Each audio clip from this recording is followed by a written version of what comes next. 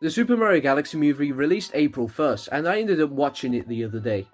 So now I'm going to give my spoiler-filled thoughts on it. I've already done a spoiler-free one already, so let's just jump right into it.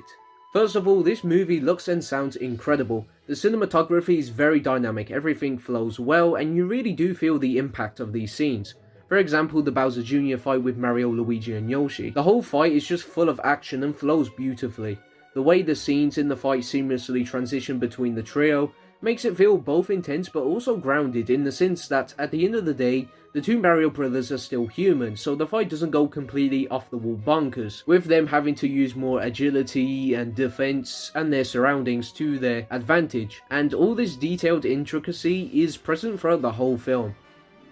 Next is the music, which pulls from a variety of both Nintendo but mainly Mario video games. Mostly Galaxy, but there are plenty of others. The film doesn't slow down too often, but on the rare occasion that it does, you do get those sweet soothing Mario Galaxy motifs, and it's great stuff. It was definitely more atmospheric in this one, the music was. Rather than being obvious and in your face like the last film, I feel like this one blends the music more into the background and the actual scenes, which isn't necessarily worse or better, it's just something I noticed. Now there are plenty of references in this film. Sometimes to its detriment, yes, but to be honest, I really enjoyed them. As a 22-year-old Mario fan and Nintendo fan, I was constantly on the lookout. Miyamoto was not lying when he said, make sure to spot as many Easter eggs as you can, because this film is chock full of them. Spotting all the random Boo objects throughout the film, because they sure as hell ain't in the actual film. I guess there's a mandate against using them or something, maybe saving them for a Luigi's Mansion thing, I don't know. But one of my favourite Easter eggs in this film was that earlier in the film you see Kamek with an EGAD mug. Not only that, but then later on in the film, when Bowser Jr. pulls up his arsenal of weapons, you can spot Flood and the Poltergust, which in the games anyway, are also made by EGAD. In fact, Bowser's brush in the film originated from Sunshine, which, you guessed it, it was made by EGAD.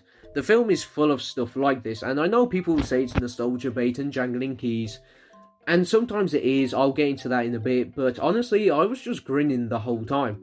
As soon as Luigi started singing That's Amore, I was like, yep, that's the bloody floating Mario head, isn't it?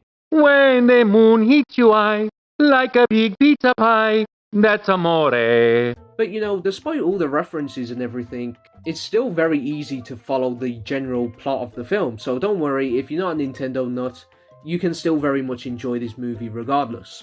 However, yes, I did mention that sometimes the references and cameos do sometimes come at this film's detriment, because that entire fox and dinosaur sequence is so pointless. Now, before I carry on, I will say for the most part, I did enjoy this sequence.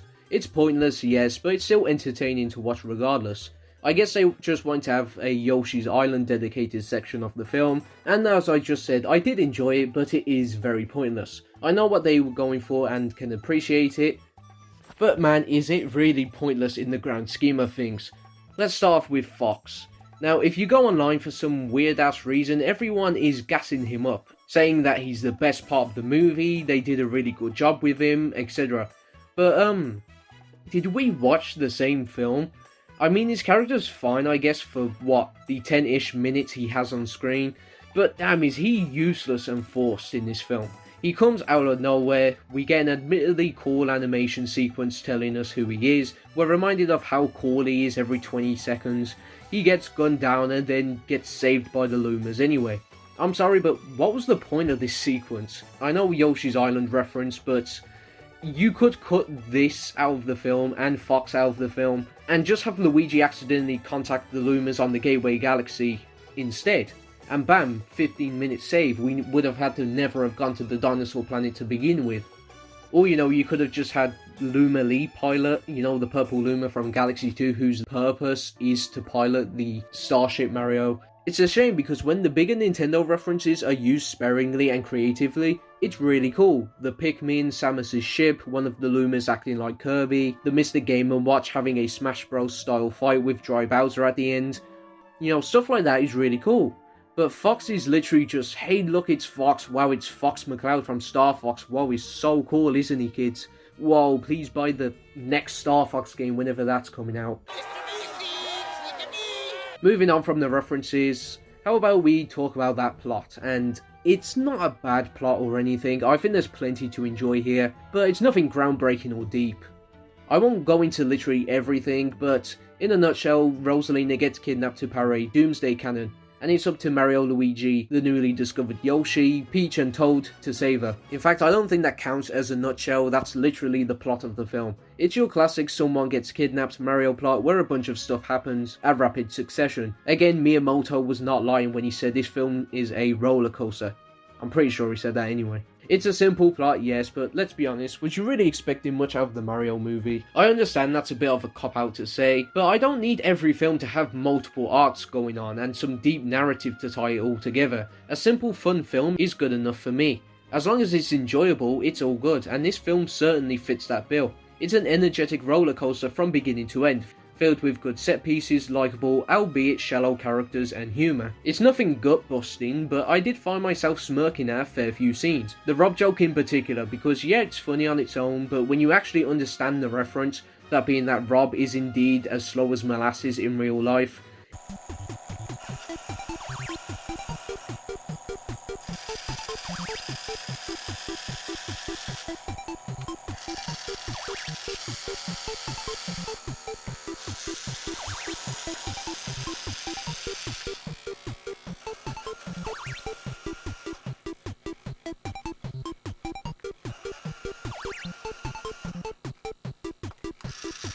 it becomes that much more funnier and clever. It's not perfect by any means. For instance, Rosalina is barely here for starters. I understand why. I suppose they just considered her too powerful for the plot, which does get confirmed to pretty much be the reason later on. Or maybe it's just too hard to animate with one hand, but man, 10-ish minutes of screen time is pretty bad for, you know, the Mario Galaxy movie. She's like one of the main vocal points of that game. It's a shame because she is one of my favourite Mario characters and Brie Larson does a good job voicing her. Not only that, but her story's been pretty much forgotten about in this continuity. What was once a tragic backstory about a little girl losing her family is now just reduced to Rosalina and Peach being sisters, which is different from the games because I think there it's implied that Peach is a mother and Mario is a father. I actually like that theory, by the way. It makes sense considering the games consider Peach and Mario to be what they call star children. I think that's what it is. And because she's a space goddess, you know, you could easily make up some mumbo jumbo to do with some interdimensional space-time crap. But the point is, yeah, that's all changed here. Instead, they're sisters who together can plant grass, I guess. I can't remember if it's explicitly stated in the film what exactly they can do, but basically when they get together they can change planets, something along those lines. But one day a powerful evil, which the film never tells us what it is, maybe in the next film, it tries to take their powers away, leading to Rosalina sending Peach on her merry way to the Mushroom Kingdom to split their power away. Now I don't hate this take on a story, but the film doesn't really spend any time on it. We get a quick flashback and a few mentions of it here and there, but that's pretty much it. Why does Rosalina have all these space-related powers and Peach doesn't? We're never told. I mean, it does maybe kind of explain why Peach is so physically capable in these films, but I don't know about that. It feels like they just pulled this out of their arse, to be honest. I hope the next film does explain things. But that leads into another problem that this film has with its plot, and that's the pacing of it. Now, it's not terrible or as bad as people say, but it is really quick. Things get resolved or completely forgotten about as soon as they're introduced. I mentioned Fox and the dinosaur sequence earlier, but another example is the joke they were, I guess, building up with Toad and Yoshi that just doesn't go anywhere. Maybe that was intentional. I mean, some people just don't ever get along, but I doubt that was the intention. I think they did generally just forget about that plot point. It's weird because the film will spend times on the bits that don't need it and then not spend any times on the bits that do need it. There's really no deeper character interactions here, which is a shame. Some things are developed like Mario and Peach's relationship, which I did like, but overall the cast is unfortunately pretty shallow here. Except for Bowser and Bowser Jr., two characters that the movie actually stops for. Their relationship and arc is really well done here.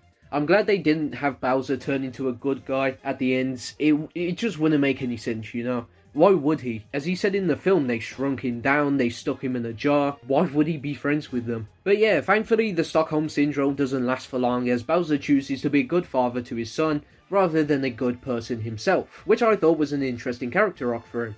To talk about the characters for a sec while I'm bringing them up, yeah, they're fun to watch and all, don't get me wrong. I like how Peach was actually able to be a bit more girly this time around, which is, you know, a core part of her character. She is, you know, a literal girly girl. Yes, she's perfectly capable of taking care of herself, but she also likes tea parties, baking, cooking, writing letters, umbrellas, clothes, etc. So I'm glad this film actually lent into a more feminine side, which is, you know, a core part of her character. Yoshi was another highlight too. I'm so glad they didn't have him speaking full sentences. It makes every scene with him more charming and funny when he's just making his usual Yoshi sounds. Mario and Luigi are good protagonists to root for. I understand they don't really have an arc in this film, but to be honest, it was all resolved in the last film, so I'm not too fussed about the absence of one here. And Rosalina, for as little screen time as she has, she's pretty spot on here, like every mother of the Lumas. Like in the scene where her and Illuma gets captured, she holds her powers back for the sake of Illuma's safety, and I think that's a nice little detail.